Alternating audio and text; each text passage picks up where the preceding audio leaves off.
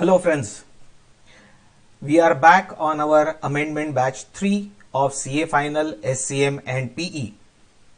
Our today's lecture is lecture number 2. Lecture 2. In the first lecture I had discussed up to question 3 if you remember, right? And we were discussing what?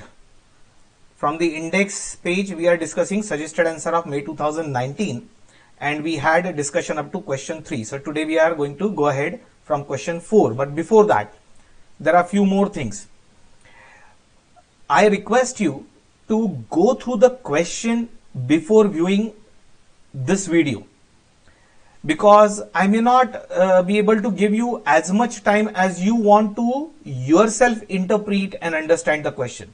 So my advice to you would be that before I start reading the question, you can stop the video and you can read the question on your own for the first time and try to interpret the question on your own.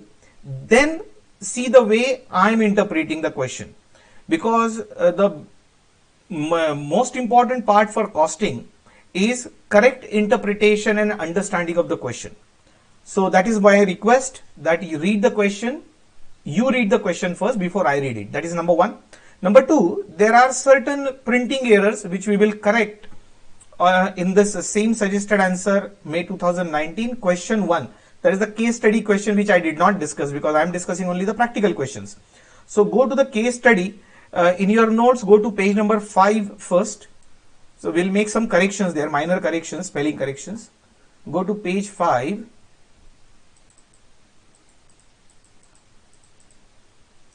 You have already got the printed copy of notes. So just, yeah, we are on page 5. See, this is our page 5. Okay, page 5. On page 5, go to the beginning. I have marked some errors there. Right. This is this one. This one is wrong in second paragraph. This, instead of do not, it should be do. What must the company do to ensure TO2?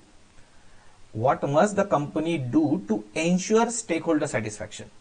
What is printed is do not. So cancel that not. This is wrong.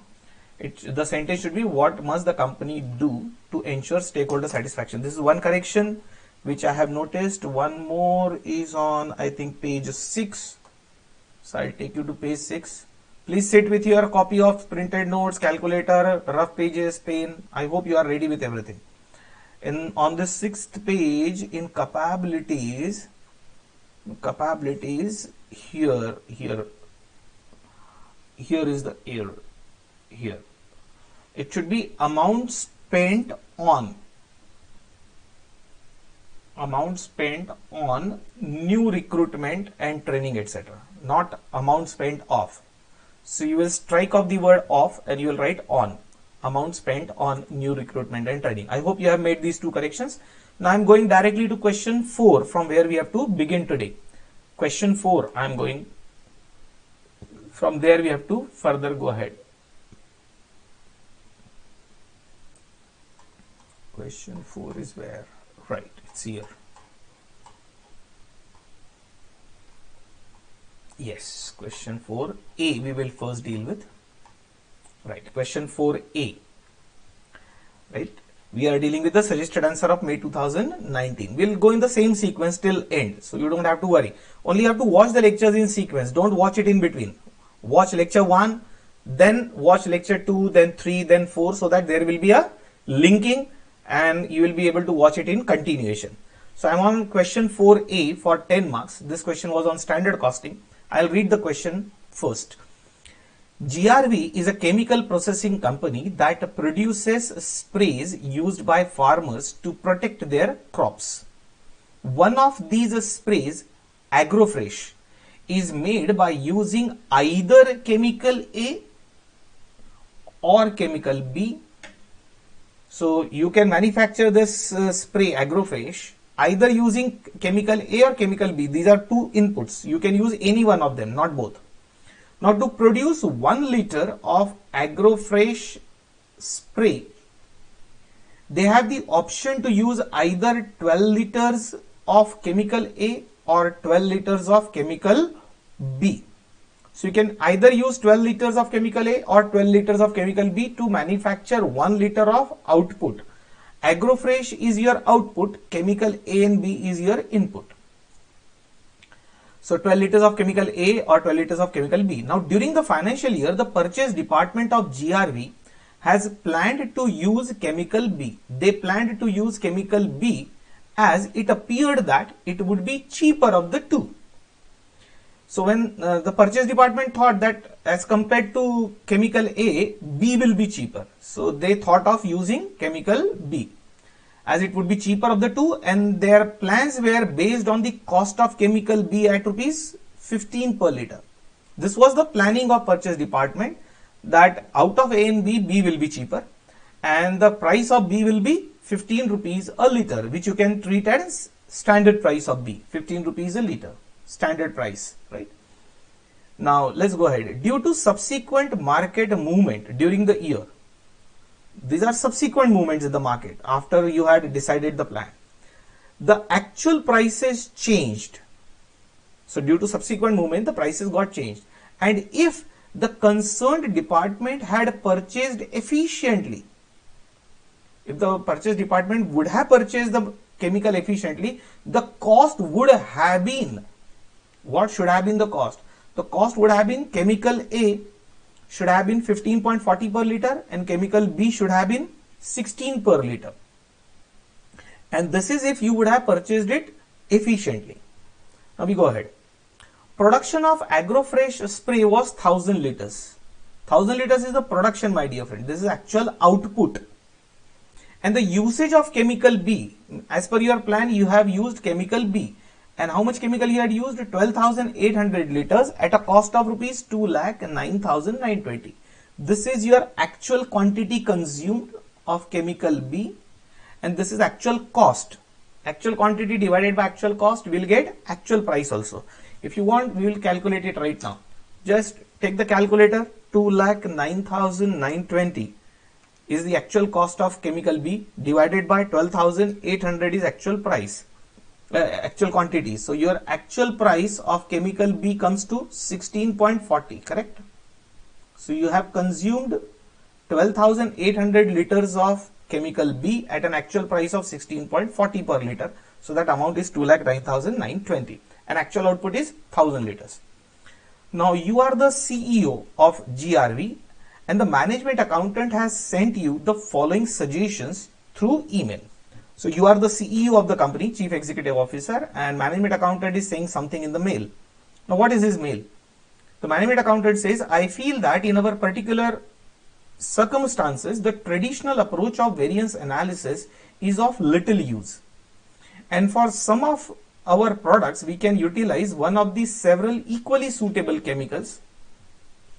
And we always plan to use such chemical which will lead to cheapest production cost. However, due to sharp market movements, we are frequently trapped by the sharp price changes which lead to the choice of expensive alternative at the end.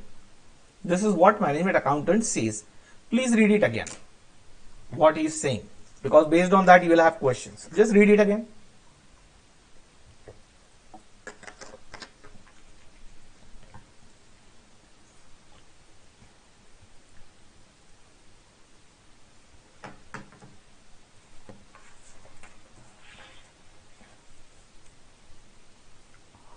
Now, let's go ahead. To check the reality in the content of the mail, your CEO asked you, the cost accountant of the company, you are the cost accountant of the company, to calculate. Now, what we are asked to do, to calculate the material variances for Agrofresh using traditional variance analysis approach, that is your normal approach, and using planning and operational variance approach.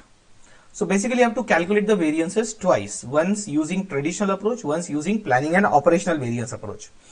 And then number two is to analyze how planning and operational variances approach the variances.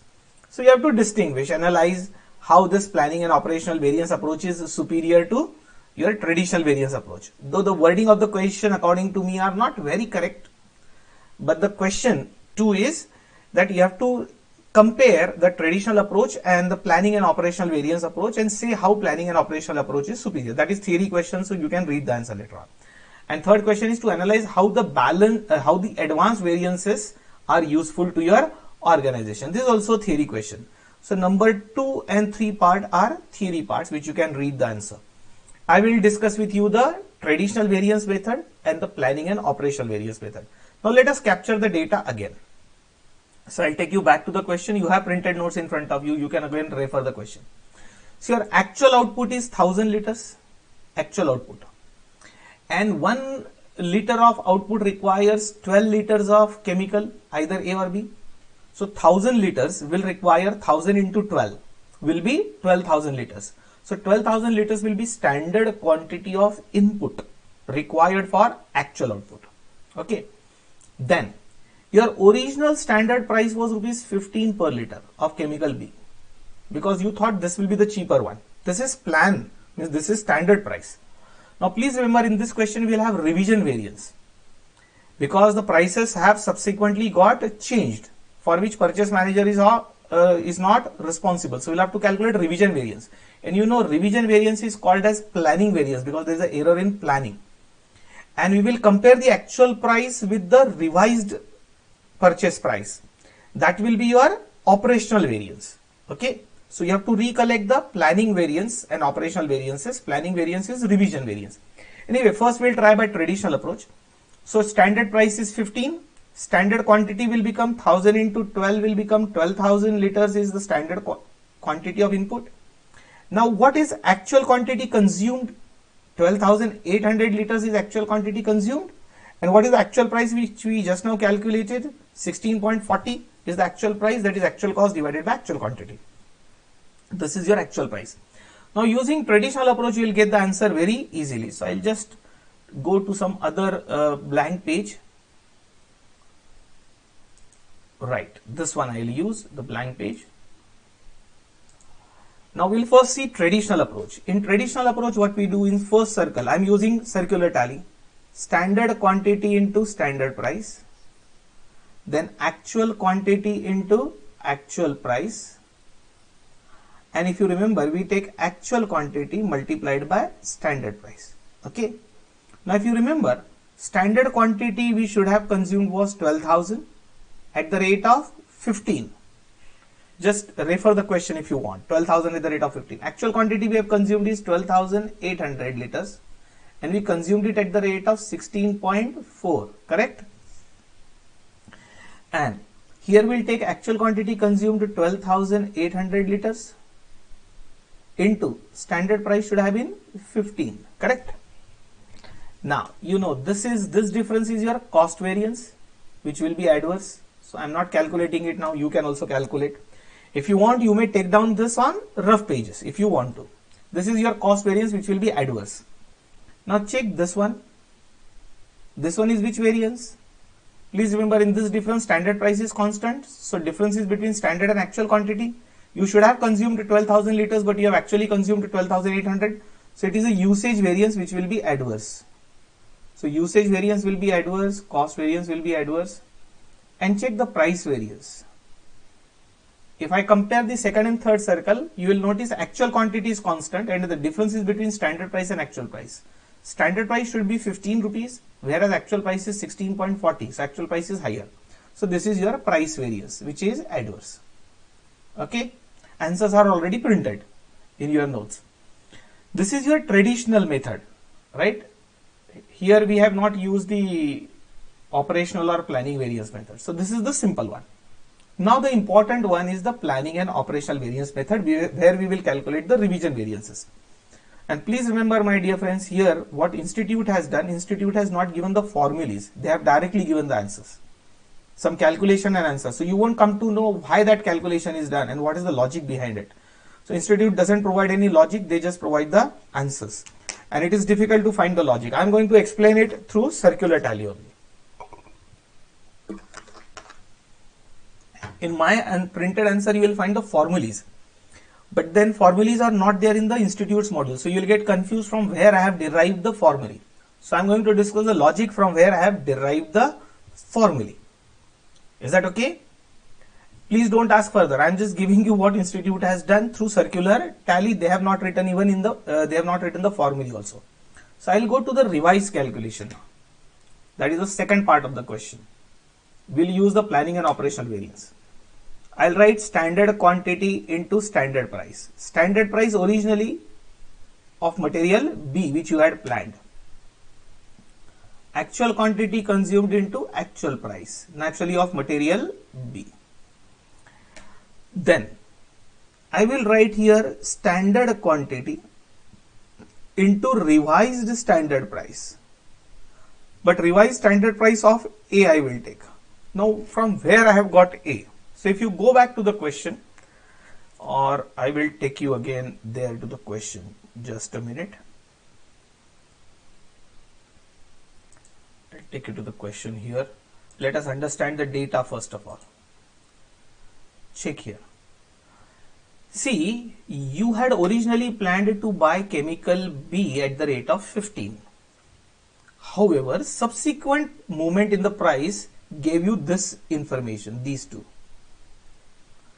So actually subsequent information shows that material A was cheaper than B. A's price is 15.40 rupees per liter, whereas B's price is 16 rupees. So you should have purchased A at the rate of 15.40.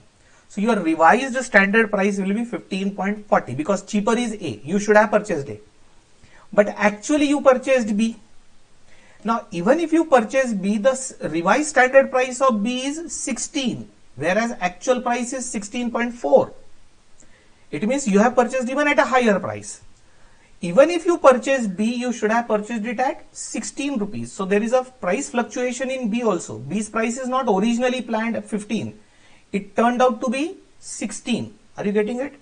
Originally you had planned to purchase B at 15, but subsequent data shows that even if you have purchased efficiently, you could have purchased B at 16. So it is revised standard price of B. And actually if this information was known to you earlier, you would not have purchased B, you would have purchased A at the rate of 15.40 because A is cheaper than B. So this data I am going to use. These two revised prices I will use. Revised price of A and revised price of B I am going to use. Okay. So I'll take you back to that blank sheet. Right. Now try to understand. So I am taking revised standard price of A. Now I'll again take this standard quantity into, now I will take revised standard price of B, and now I'll take one more. I'll take from above the actual quantity into revised standard price of B. Check this what I have written. On rough paper you can write this down because institute has not given you the formulae. So you will not come to know from where the formulas are designed. I am just giving you the logic from circular tally. Now I'll put up the data. Standard quantity. See, there is no revision in the quantity. So I'll write standard quantity as it is. For 1000 kg of Agrofresh into 12 liters per kg, you should have consumed 12,000 liters. So 12,000 is your standard quantity into original standard price of B, 15 rupees. Actual also I will write down. Actual was I think 12,800 liters we have consumed. And we have consumed it at the rate of 16.4. This data I have written as it is. Original data which we had written even in traditional method. Now check this circle. I am writing this standard quantity 12,000.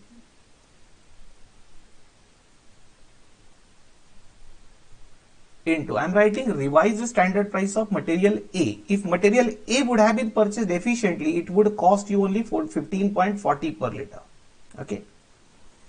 Now I am writing this standard quantity 12,000 again, but into, by mistake you purchased B, but B also you should have purchased at 16 rupees because even if you purchase efficiently, B would cost you 16 and not 15 which you had originally planned.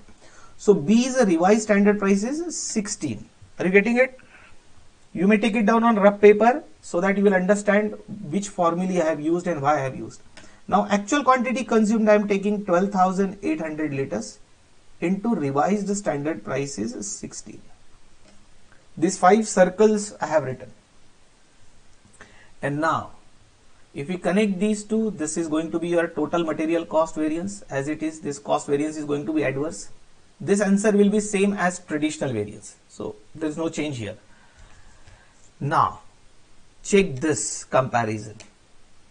In this comparison, you will notice standard quantity is constant. So standard quantity will be multiplier. And in the bracket, there will be standard price of B minus revised standard price of A. So if your decision would have gone correct and you would have purchased the cheapest material, which turned out to be A, you would have purchased it at 15.40, but not at 15 rupees in any case. So this is your price revision variance. This is your price revision variance. This is due to revision in price. From 15 rupees, it has gone to 15.4. So 0.4 extra into 12,000. So this is going to be adverse. This is also called, revision variance is also called as planning variance. So this is your planning variance. This is due to fluctuation in price. Now I'll connect these two. Here also you will notice standard quantity is common.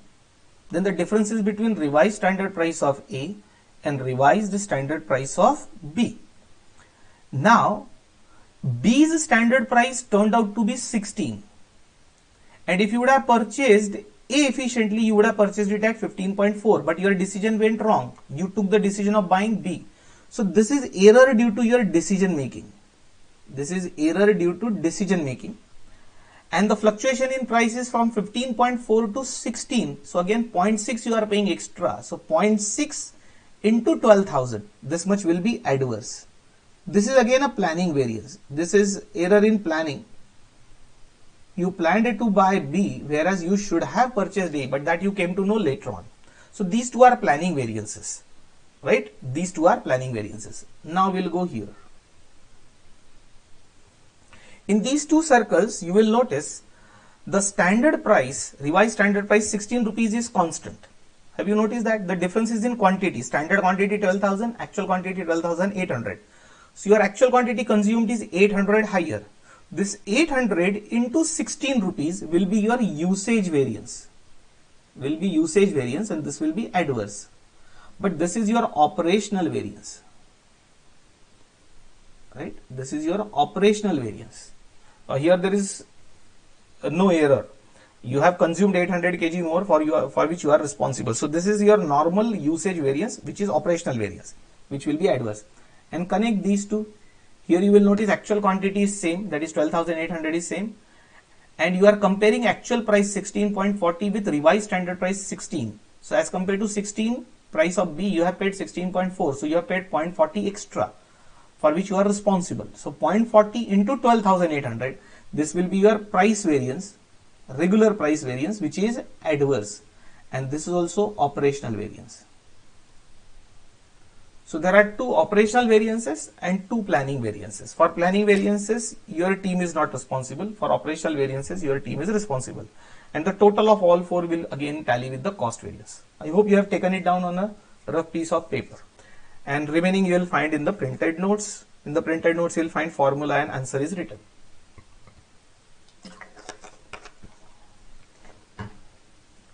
So I am not again writing all this. So through this circular tally, you can at least understand what way they have done the calculation. Though, as I said, institute has not given the logic, neither they have given the formulas. So I am moving ahead, my dear friends. Let's go ahead. Go back to the question.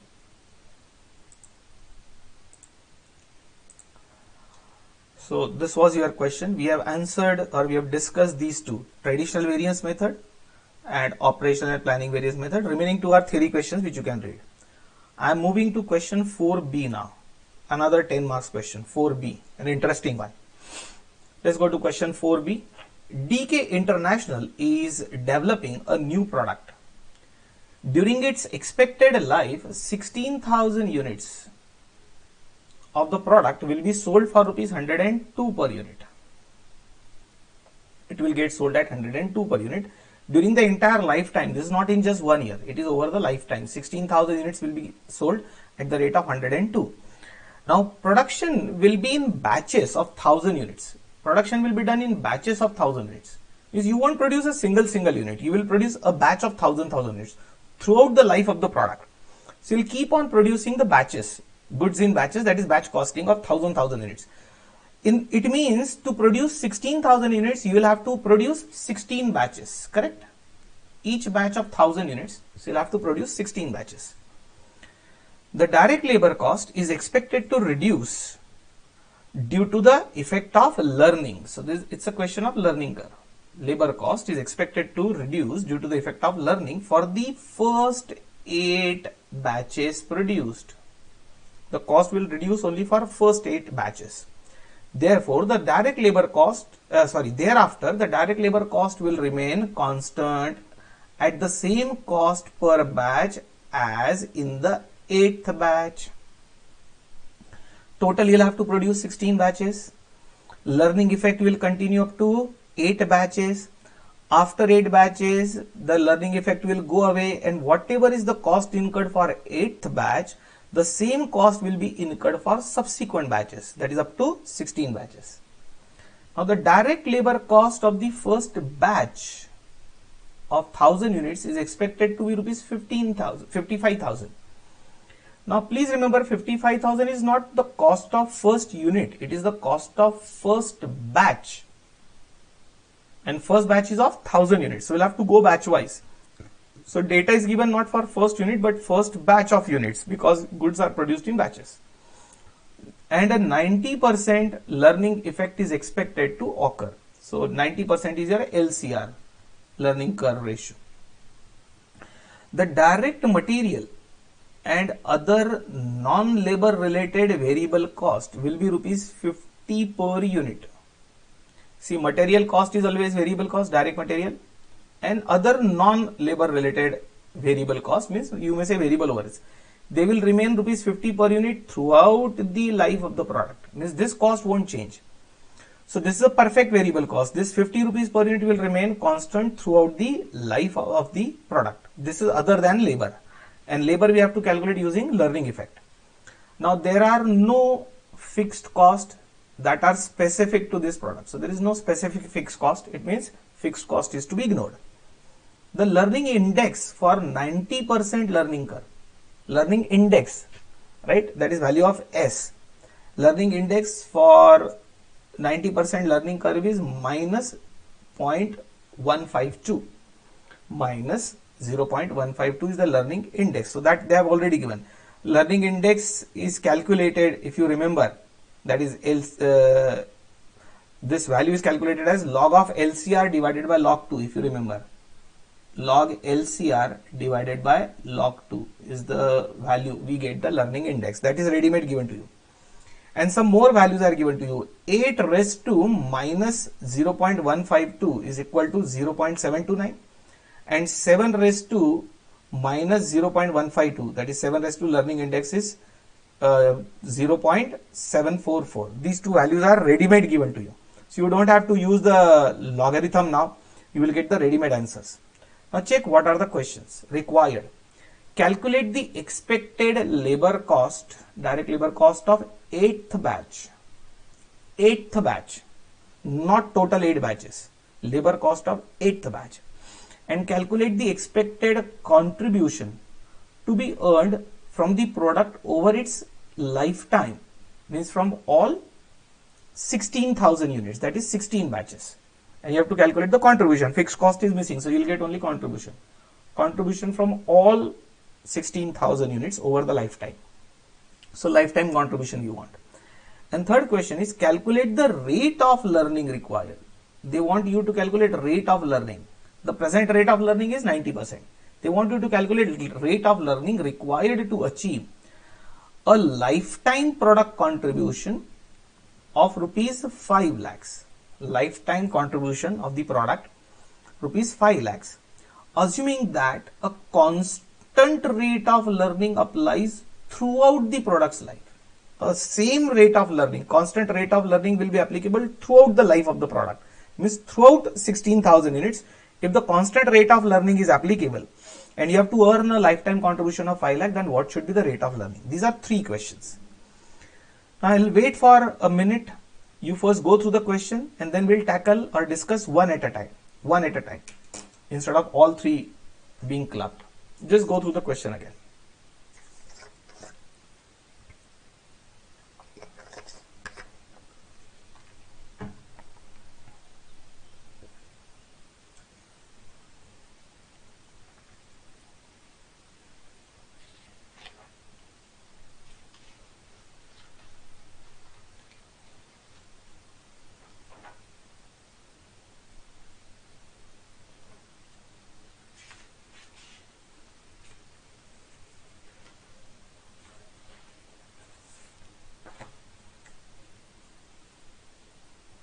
Gone through. Quantity, sales price, everything is noted. Okay. Now I'll target on this one. First one. Check. They want you to calculate the expected labor cost of 8th batch. Now to calculate the labor cost of 8th batch, what we'll have to do? We'll have to calculate total labor cost of first 8 batches. 8 batches means 8,000 units. So we'll have to first calculate total labor cost of 8,000 units. Then we have to also calculate the total labor cost of first 7,000 units. First 7,000 units means 7 batches. And then total cost of first 8,000 units minus total cost of first 7,000 units, that is 7 batches. The difference will get the labor cost of 8th batch. Is that clear? Approach is clear in your mind? So we'll calculate the labor cost of first 8 batches. Total cost of 8 batches minus total cost of first 7 batches, you will get the labor cost of 8th batch. Now for this, what we have to do? It's very simple because these values are given to you. And from exam point of view, I'll tell you we'll have to use the formula of average cost, because I've seen institute uses the formula of average unit cost instead of total cost. So they will use the formula of average unit cost. And the data given to you is also suitable for average unit cost. So we'll first calculate average cost per unit of 8 batches, then average cost per unit of 7 batches, average cost per unit into number of units if you multiply, or into number of batches if you multiply, we'll get the total cost. And please remember, we'll have to do the batch wise calculation, because this cost of first batch is given to you as 55,000. This is not cost of first unit. First batch is 55,000 or 1,000 units. So we'll have to go in multiples of batches only. Now see, there are two ways of doing it. Actually, you can use doubling approach also, because first batch data is given. From first batch you will get 2 batches, 2, from there you will get 4, from 4 you will get 8. That is one easier way to do it. But they have given you the data also in the question, so I'll use that data. You can cross tally using doubling approach also, it can be solved, or using the data given in the question. So I'll just take you to the answer. Okay, this is the standard costing answer. Okay, what should I do? I should do. Okay, let's do it orally. We had discussed the formula like your average cost per unit.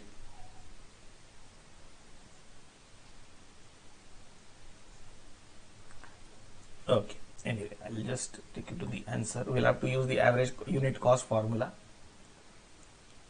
That is after the standard costing is over. Okay. Where we have gone? No.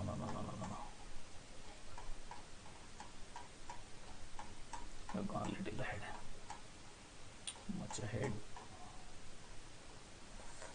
Oh my God.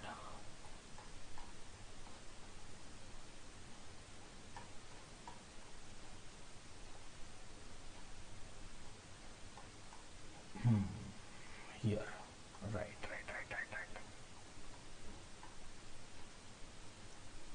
Check this. Now in the classroom we had seen the formula y is equal to a into x raised to s. I had given. Institute instead of s is using y is equal to a into x raised to b. Now this has been defined. Check. What is y? Y is average labor cost per batch for x batches, first x batches. What is A? A is the direct labor cost of the first batch. X is the cumulative number of batches instead of cumulative number of units, because you are provided with the cost of first batch and not first unit. So we'll have to go through batches. B is the learning coefficient. In the classroom we had seen the index as S, they have given it as coefficient as B. So B is the learning coefficient index which is already given to you in the question. Now if we substitute the data, what will happen? Check. This 55,000 is the cost of first batch. Keep the eye on your question also. The data will come from the question. 55,000 into, I want to calculate it for 8 batches. So I will take 8 here and rest to index is minus 0.152, and this answer is ready-made given to you in the question. So 55,000 into 0.729. Okay. Just check the data. If you multiply these two, you will get 40,095. And as I have written, it can be calculated using doubling approach also, if you want to try. But this is the average cost per batch, please remember. I am just trying using doubling approach. How we will get 55,000 into 0.9. We will get the average cost of first 2 batches. Again into 0.9, we will get average cost of 4 batches. Again into 0.9, we will get average cost of 8 batches. If you do it, you will get 40,095 using doubling approach also. Is that okay? 55,000 into LCR, average cost, right, of 2 batches. Again into LCR, that is 0.9, 4 batches, and again into 0.9, you will get 8 batches. So that, but using doubling approach also you get the same. Now I want total labor cost of 8 batches. Average cost of one batch is 40,095. So 40,095 into 8 batches, I'll get total labor cost of 8 batches. This is total labor cost of 8 batches. Actually, the question wanted the cost of 8th batch. 8th batch and 8 batches are different. So we will have to do further calculation. Now I'll calculate total labor cost of first 7 batches using the same logic here. Only I have to take multiplier 7 raised to minus 0.152. This value is given to you in the question. So 0.744 into 55,000 and you will get this. This is the average cost of one batch for first 7 batches. Average cost per batch for first 7 batches.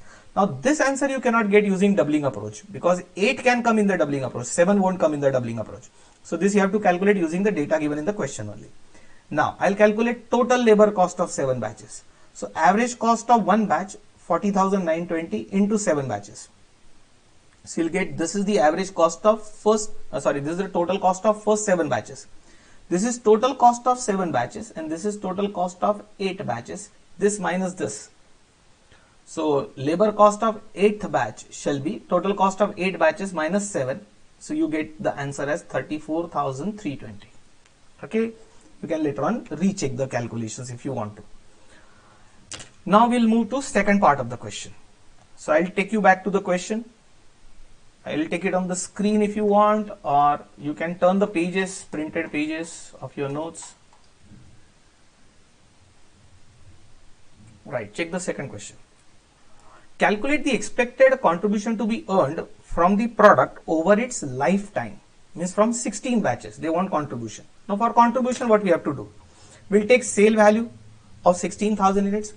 We will deduct all variable cost. Out of all variable cost, you have got material and other variable cost as 50 per unit. So 50 per unit into 16,000 units. And for labor cost, what we'll have to do? We'll have to take labor cost of first 8 batches.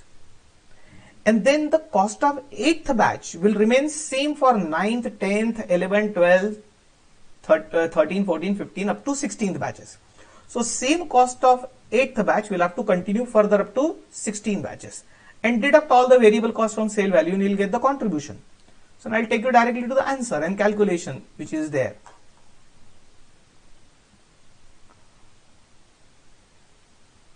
Check here. All 16,000 units, selling price 102. If you want, you can perform the calculations on the calculator. This is your sale value.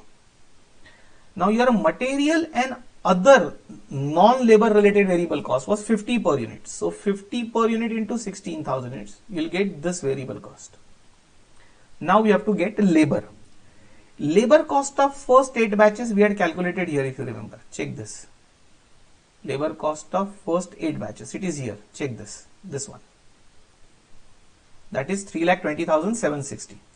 and cost of 8th batch was here, that is 34,320. So I am taking this cost of first 8 batches 3,20,760, and the cost of 8th batch was 34,320, and this cost will remain same for next 8 batches. Next 8 means from 9th batch to 16th batch, and this is cost per batch, so cost per batch into 8 batches. Okay, so first 8 and last 8 batches cost, so that labor cost will be this. And if you deduct from sales the entire variable cost, you will get the contribution. 2,36,680 is my answer. You can also check. This is the answer of second question. I'll take you to third question now. Now check what is the third question in your printed notes. See, the third question is, this is little interesting. First question was for 3 marks. Second question was also for 3 marks. Third question is for 4 marks. They want you to calculate the rate of learning now. Rate of learning for the entire lifetime of the product to earn a contribution of rupees 5 lakh. Assuming the constant rate will apply throughout. It means rate of learning won't change in between. Like it has changed now. Up to 8th batches it was, effect was there and then it was constant. It is not like that.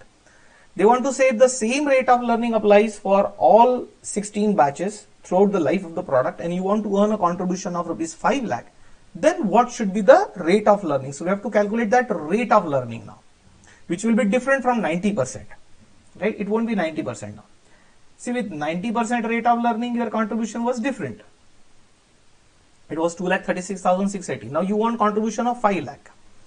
Now see how or what we have to do.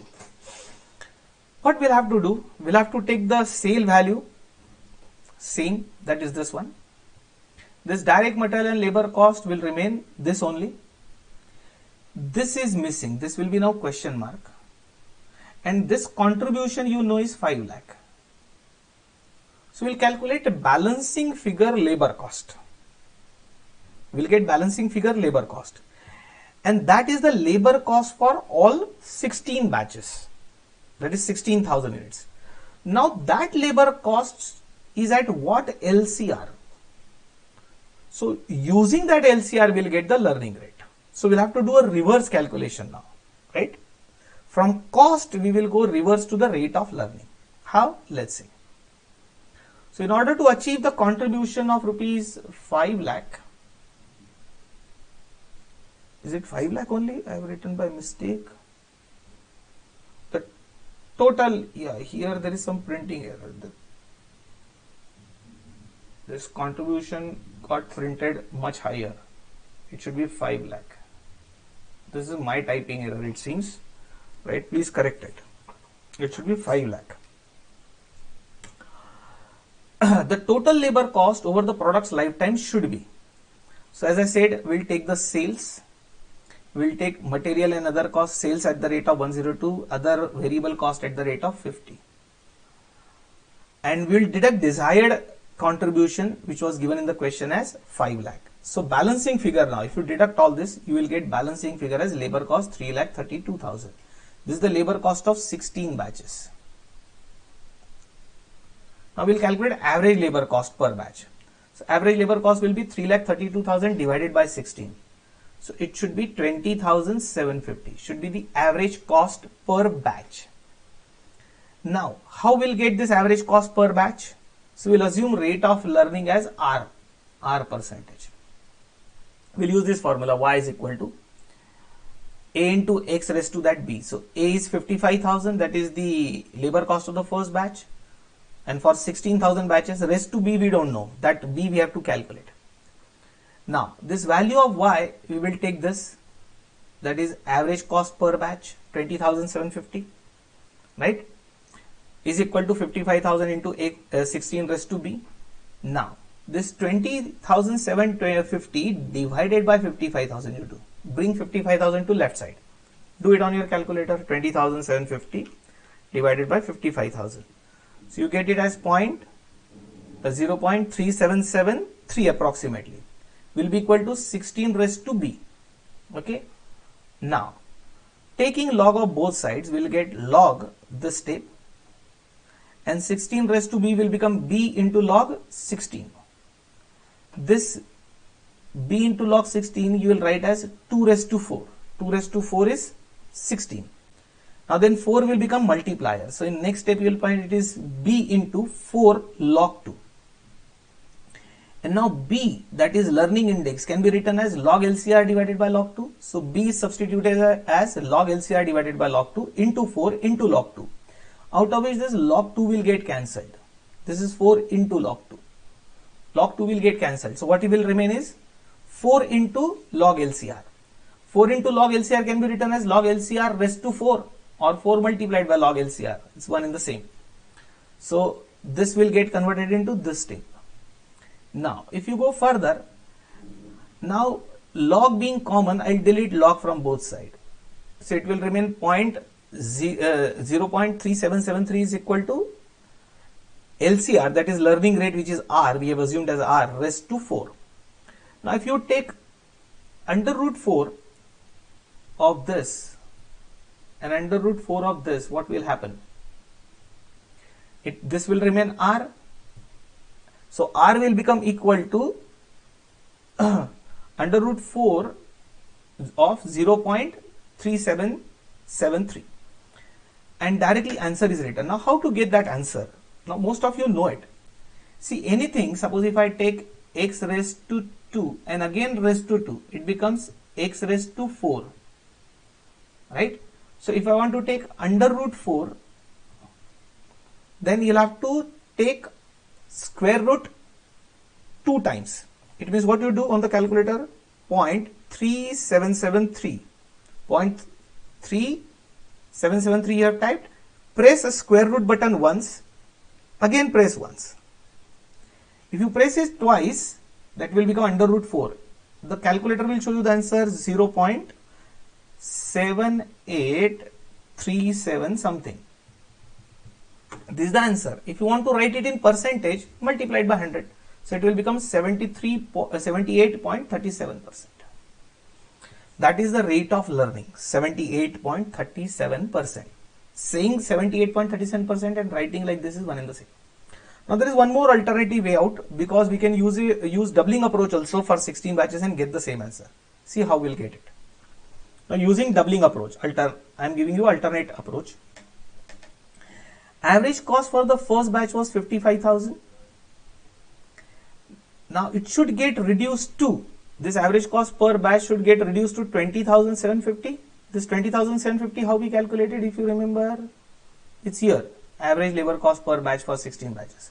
So this average cost should become 20,750, assuming that LCR is R. And the equation will be, now check, 55,000 is for, I'll write it here, 55,000 is for first batch. If I do it into R, we'll get average cost of 2 batches, correct? If I do it again into R, I'll get average cost of 4 batches. Again into R, I will get average cost of 8 batches. Again into R, I will get it for 16 batches. So 55,000 into R 4 times. So this is what I have written here. 55,000 into 4 times multiplied by R is R raised to 4. So the equation will become 20,750 is equal to 55,000 into R raised to 4. Now 20,750 divided by 55,000 is R raised to 4. So again you will reach to the same place. 0.3773 is equal to R raised to 4, and therefore R is under root 4 of 0.3773. And again, if you type 0.3773 square root 2 times, you will get this answer. This is another alternative way of calculating that answer. It means if you want to earn a contribution of rupees 5 lakh, and if learning rate is constant throughout the product life, then that learning rate should be how much? 78.37%. If that is the rate of learning throughout the life of the product, then you can earn a contribution of rupees 5 lakh. Okay, my dear friends. Let's go ahead to the remaining questions. Right, I'll take you to now question 5a. Very simple question. Name any 2 competition based pricing methods. For 2 marks. Any 2 competition based pricing methods. Actually there are only 2 methods competition based, if you remember. One is your sealed bid pricing and another is going rate. If you remember, going rate pricing for open market and sealed bid pricing for government contracts. Only two, and for 2 marks. Then recommend the pricing strategy. Second question, pricing strategy to be adopted with reference to the following situations. You are not required to explain the reason. So you have to just give that situation. This question is based on your chapter 7, pricing decision. In which situation you have to use which pricing method, like penetration pricing or skimming pricing or premium pricing or below marginal cost. So I think it's very, very simple question. There must be 8 questions for 8 marks. Yes. So A, B, C, D, E, F, G, H, 1 mark for each. We have solved similar questions in the classroom also, and answers are printed. So I don't have to discuss. There is no calculation. But all answers may not match because sometimes institute's thinking differs from our thinking. So I want you to first write whatever answer comes in your mind and then check with the institute's answer. Even out of 8, even if you get 6 correct answers, it is a good ratio. All 8 may not tally. Even in my case, it won't tally because institute has something else in the mind. But this is a simple question based on chapter 7, that is pricing decision. I'm going ahead now to question 5b. RK Limited, which is producing a product, prepared a budget for the next year. Fixed cost is 12,60,000, variable cost per unit is 25, production is 1,80,000 units. Selling price is cost plus 25% markup. Again a pricing decision type of question. Selling price is cost plus 25% markup on total budgeted cost. Total budgeted cost. Total cost includes fixed cost as well as variable cost. Now when these budgeted figures and the pricing approach were informed to the marketing manager, he came out with the remark that the demand for the product is more price sensitive, that is price elasticity of demand, and he expected the demand under various prices as given below. So some sales prices are given to you and annual demand in units given to you. You will notice as the price goes on increasing from 36 to 38, 38 to 40, the quantity demanded goes on decreasing. The marketing manager further informed that the wholesale dealer is ready to buy the entire production of the company at a price of rupees 32 per unit. So single buyer, wholesale buyer is ready to buy entire quantity at 32 rupees, and in that situation he expected a saving of rupees 2 per unit in the selling expenses, which are a part in the above stated variable cost. Above stated variable cost is this one, means this variable cost includes 2 rupees selling expenses which we will save in case if we sell the whole goods to the wholesaler, then naturally we will save the marketing cost. Now question is evaluate the situation and advise the most profitable course of action. Oh my god, it's a very simple question for 10 marks. Evaluate the situation and advise the most profitable course of action. Now first of all, what is your budgeted calculation? We can do it on the calculator itself. Budgeted sales price which you wanted to sell at. Though it is not required in the, they have not asked to calculate you the budgeted selling price. They have just asked you to evaluate the situation. I hope you have understood the question, or I'll wait for a few seconds, just go through the question again. Very simple one.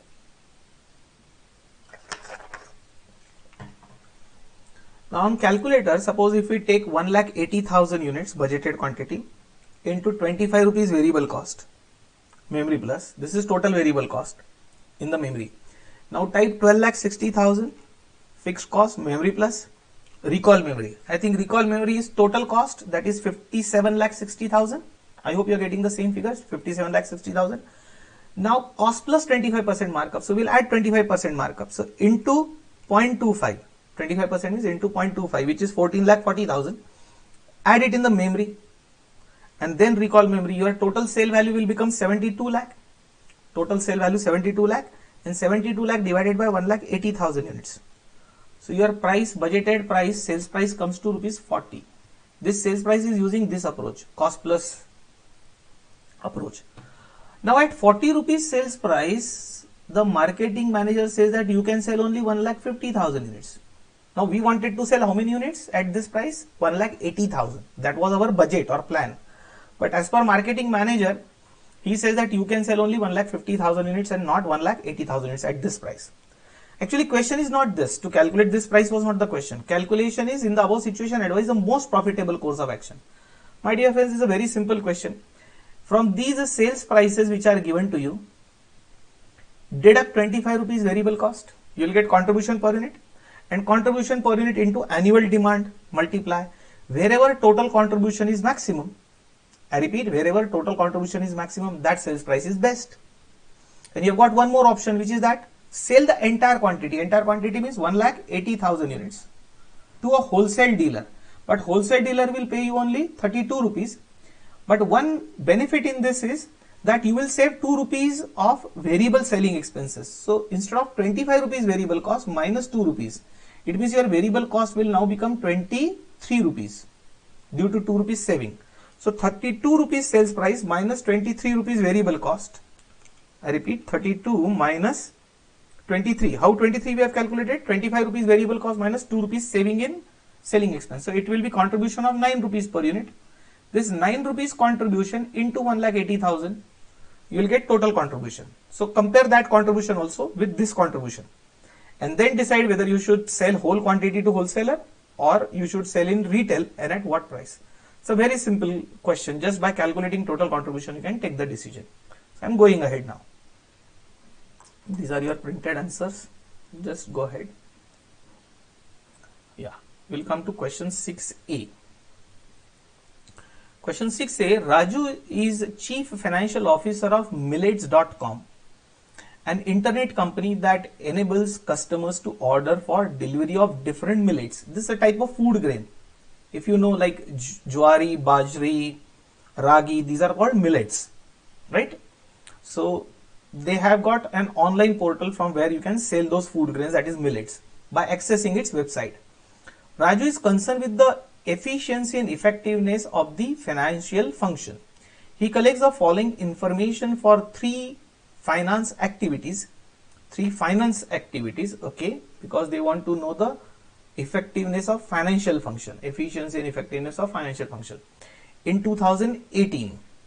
Okay. Now rate per unit of cost driver is given. This is the rate per unit of cost driver, that is activity cost driver rate or your overhead recovery rate, activity cost driver rate.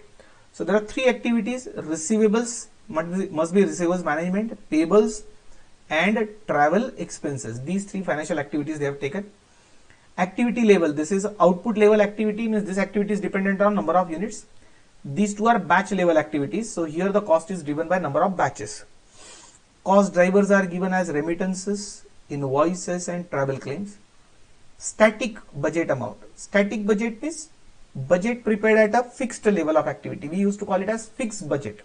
Fixed, not fixed cost budget, fixed budget and flexible budget. So fixed budget, whatever activity you had planned, at that, this is your activity cost driver rate using the static budget. And actual amount, this is actual cost. All these are per unit of cost driver. This is budgeted cost per unit of cost driver, and this is actual cost per unit of cost driver. Okay, just have a look.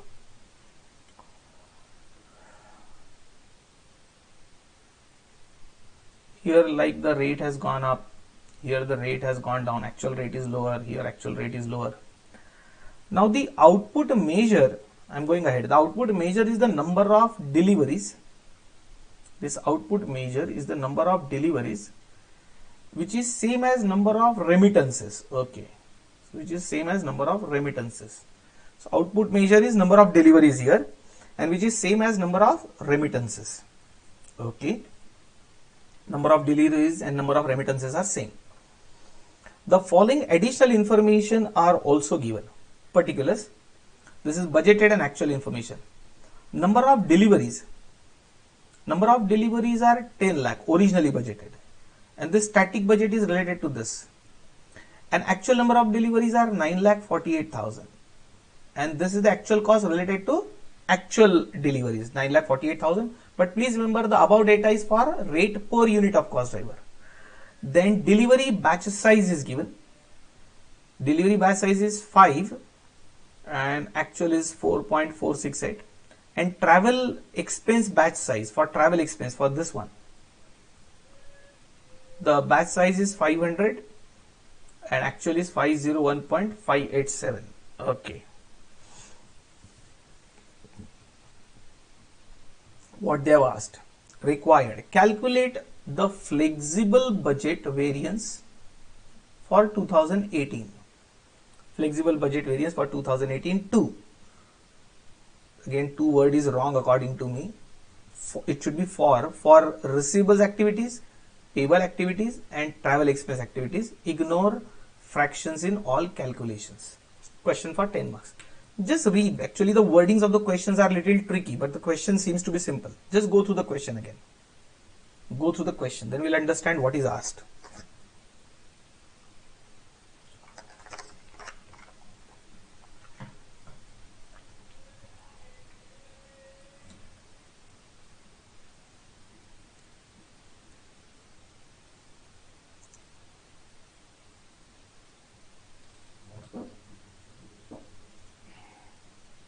And keep that question also in front of you.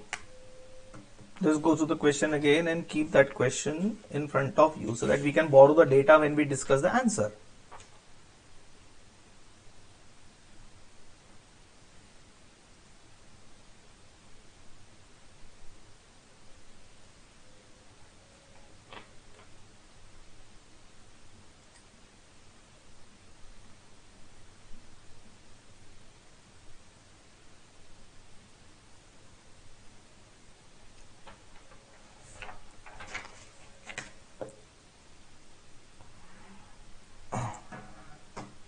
Gone through? Now, I am not happy with the institute because the wordings are not very clear. Actually, the question is of standard costing with activity based costing. Now, let us interpret this question. Calculate the flexible budget variance means what? First of all, when we calculate the variances, we always calculate standard cost of actual output and then we compare it with actual cost. We always calculate standard cost of actual output minus actual cost, because actual cost is always for actual output. Exactly, they want the same thing, but they are asking you to calculate flexible budget variance. Means from this budget of 10 lakh units, which is originally prepared budget, you have to calculate the budgeted cost for 9,48,000 units.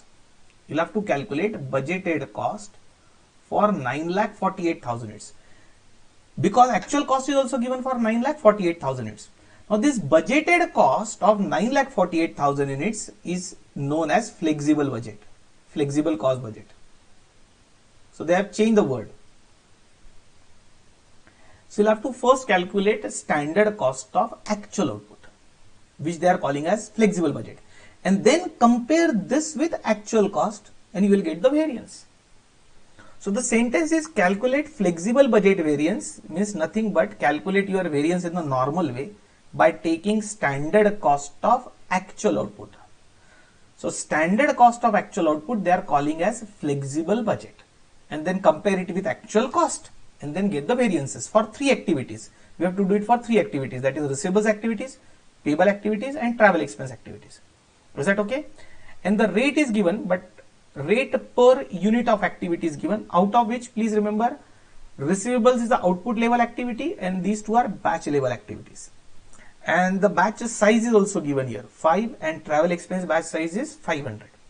Should we go to the answer now with this data? So I'll explain it. It's very simple. Standard cost of actual output minus actual cost, that is what you have to do, but using activity cost driver rate, and you have to do it for three activities. So better I'll explain from the answer, printed answer. I have written my remarks here, student note, that flexible budget means calculation of standard cost of actual activity. Then it can be compared with the actual cost to get the variances. It is the normal way of calculation of variances. And ICAI has clubbed the standard costing and activity based costing together. And this millets is a different variety of food grains, right? Anyway, that is of no use. Now let's go here. First we'll do it for receivables activity. Receivables is an output level activity, that is unit level activity. See what will happen. Keep the question in front of you. Here the rate is given, rate per unit of output. Now standard rate given to you was 6.39 into 9,48,000 units. That is standard cost of actual output. And actual rate given to you was 7.50. Actual rate into actual number of units, you will get actual cost. Just check the question if you want. These two rates are available or not. Or I will take you here again. Check this. Check this static budget rate. Budgeted rate means SRR. You will treat it as standard recovery rate. This one you will treat as SRR.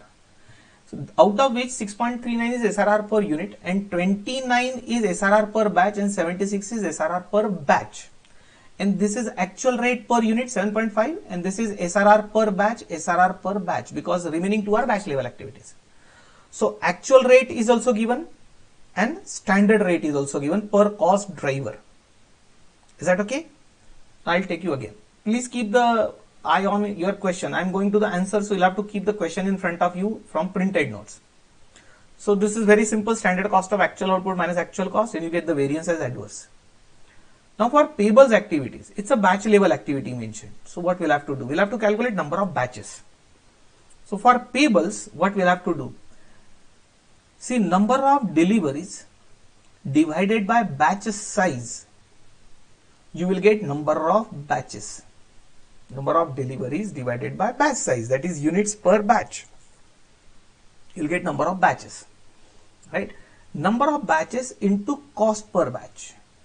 You will get total cost for payable activity, right? For payables, we'll take the batch size 5. For travel expense, the batch size is different. Please remember, but this is your budgeted cost. This budgeted cost is for 10 lakh units. 10 lakh deliveries. Okay. This is not the cost which we want. We want standard cost for actual output. We'll see it later. Here, let us take actual units. Actual batch size is given. So this divided by this 9,48,000 divided by 4.468, you will get actual number of batches. Actual number of batches into actual rate per batch. This is, you will get actual cost. This is actual cost. Now this is budgeted cost. This is actual cost. But we want standard cost minus actual cost. So we'll have to calculate standard cost for actual output. So what we'll be doing it? See, to calculate standard cost of actual output, what we have to do? This divided by this will get standard number of batches. And standard number of batches multiplied by 29 rupees. You will get standard cost for actual output. I think it is shown ahead. Right. See, it's here. The number of batches in which payable should have been processed is this 9,48,000 divided by 5 units per batch. You will get so many batches. 1,89,600 batches into your standard rate SRR per unit or SRR per batch 29. So this is your standard cost of actual output. And minus actual cost we had calculated here. See this one. So actually we have to compare these two. Right? These two we have to compare. So 54,98,400 minus 59 lakh, it will be adverse variance. It's here. Right? So 1,89,600 batches into 29 rupees is this cost. And this is the actual cost. So it is adverse variance. Same way you have to do it for travel expenses.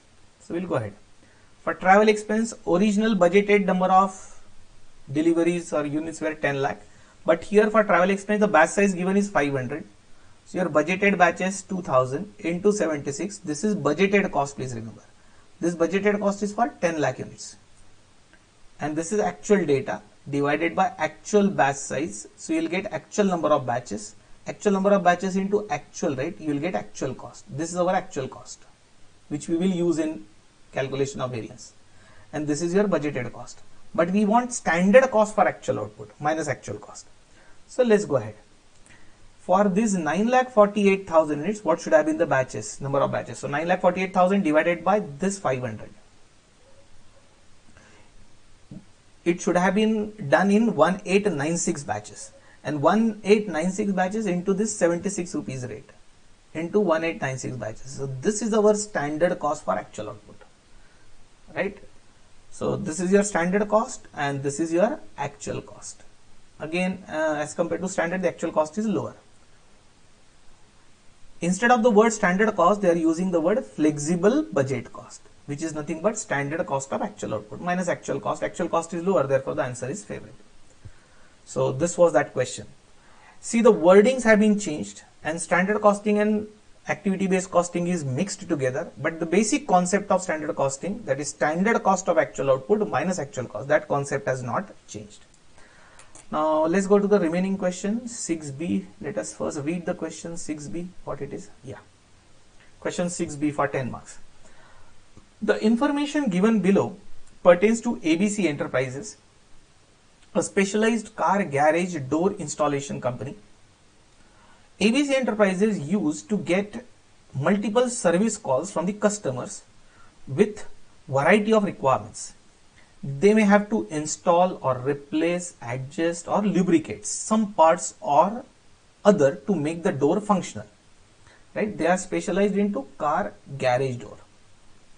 Now they work with 5 parts as given in the table, namely door, motor, track, trimmer and T-locks. These are the 5 parts which might have been required for that garage door, and they get lot of service calls. Now let us see what data is given. These are 5 parts: door, motor, track, trimmer and T-lock, and some miscellaneous is also given remaining. That is like your income tax, income from other sources, miscellaneous. Type of service they give is install, replace, adjust and lubricate, and total is given. Now what is the question? First let us read below and then you can read the data again. Now question 1, using the above data carry out Pareto analysis. Okay, very simple. Pareto analysis, that is 80-20 rule of total parts. Pareto analysis of total parts. Okay, so should I discuss the answer directly? Just spend some time, read it again. It's a simple question if understood. In Pareto analysis, you have to only rearrange the data.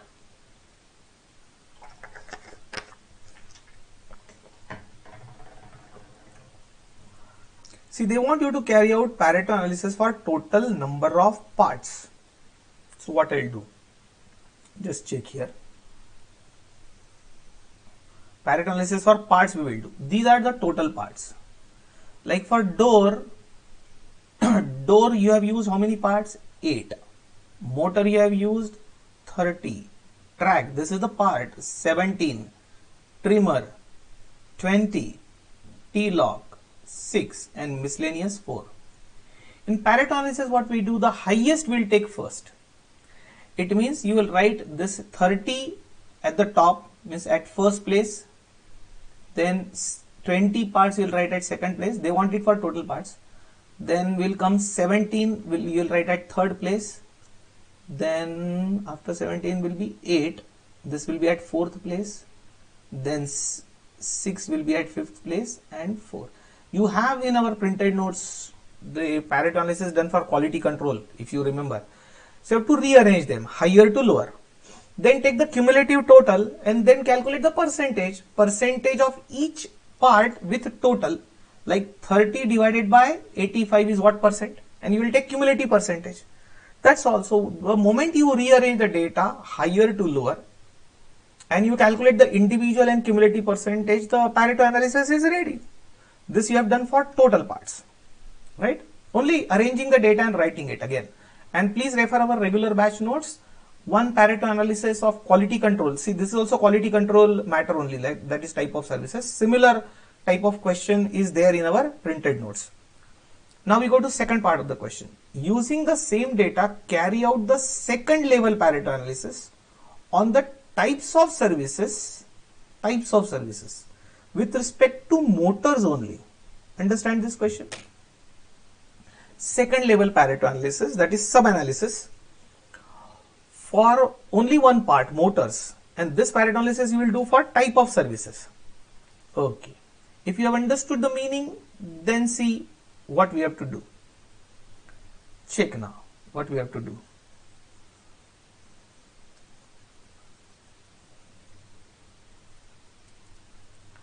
See, you have to do it for motors, so I will concentrate only on motors, and for type of services. For motors, the type of services highest were 16, so this will be first, you will write on the top, this is second, this is third, and this is fourth, and total number of times you have given the service is 30 for 30 parts of motor. So how you'll get the percentage is 16 divided by 30, 9 divided by 30, 3 divided by 30 and 2 divided by 30, total 30. Again rearrange them for types of services, for parts, motors, and again write it down. If you are still unable to understand, I'll show you the answer. Where the answer is, just check that variance, just check this, what is that. First it is done for total parts.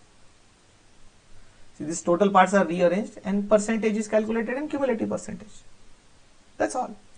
For second case, for type of service, for parts, motor, the highest service first, and there were total 30. Just arrange them, calculate the individual percentage and cumulative percentage. Your Pareto analysis is ready. So it was a very simple question, provided it is understood. Now what is the third part of the question? Just check. Yeah. Third is give your recommendation on the basis of your calculation in 1 and 2 above. Right, and do the calculation up to 2 decimal places. That is okay. So based on this observation, you have to give the recommendation where you have to pay more attention. The basic concept of Pareto analysis is that pay attention to less number of items, but keep majority thing in your control.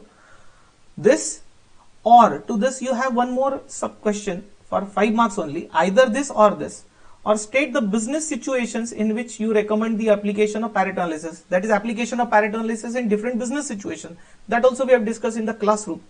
So either give the comparison of the first two answers, or you can give those business situations where Pareto analysis is applicable.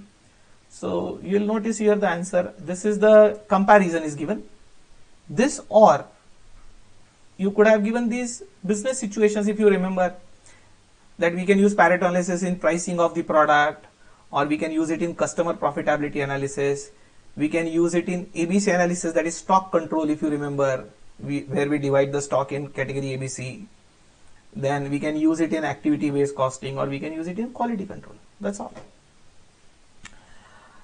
So remaining questions were simple according to me, but then how you find, whether you should find simple, that is important. And I hope this discussion or explanation will be of some use to you to understand this.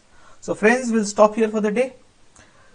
We'll meet tomorrow for lecture 3 and we'll go further in our discussion. Tomorrow's plan will be what? We'll be going ahead with this exam, November 2019 suggested answer we'll discuss. Okay friends, I'll stop here today. Bye bye.